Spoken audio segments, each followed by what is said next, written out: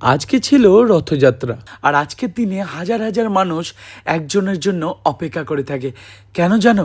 কারণ আজকে স্বয়ং জগন্নাথ প্রভু তার নিজের ভক্তদের দর্শন দেওয়ার জন্য নিজে তার মন্দির থেকে উঠে এসে গোটা শহর পরিক্রমা করে, আর তার জন্যই শুরু হয় এত আয়োজন। বাঙালির দুর্গাপুজোর আগে বছরের এই একটা দিন শহরবাসীর মনে যেন এক আলাদাই উল্লাস মেতে ওঠে। আজকের দিনে যেন আবার সেই ছোট্টবেলার কথা মনে পড়ে যায়, যখন একটা ছোট্ট কাঠের রথ বানিয়ে গোটা শহর ঘুরে বেড়াতাম, আর কেউ 1 টাকা 2 টাকা দিলে সেটাই এক বিশাল প্রাপ্তি হতো। টাকার মর্ম না বুঝলেও সেই 1 টাকাটা যেন তখন আজকের 1 কোটি টাকার সমান হতো। আর সেই 1 টাকাগুলোকে জমিয়ে বিকেলবেলায় দাদুর সাথে রথের মেলায় জিলাপি খেতে যাওয়ার কথা আলাদাই ছিল। আচ্ছা দাঁড়াও তো, তোমরা কে কে কোন কোন জায়গা থেকে আমার এই ভিডিওটা দেখছো কমেন্টে জানিও তো, যে তোমাদের শহর বা গ্রামে কীরকম রথযাত্রা হয়, আর রথের মেলায় তোমরা কি এখনও যাও নাকি?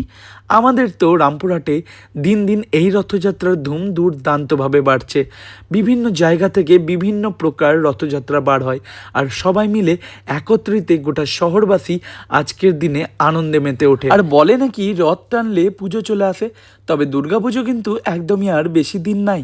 দেখা হচ্ছে পরের ভিডিওতে। আমার এই পেজে রামপুরহাটের রথযাত্রার কিছু এক্সক্লুসিভ কন্টেন্ট আসতে চলেছে, তাই ফলো করে রেখো।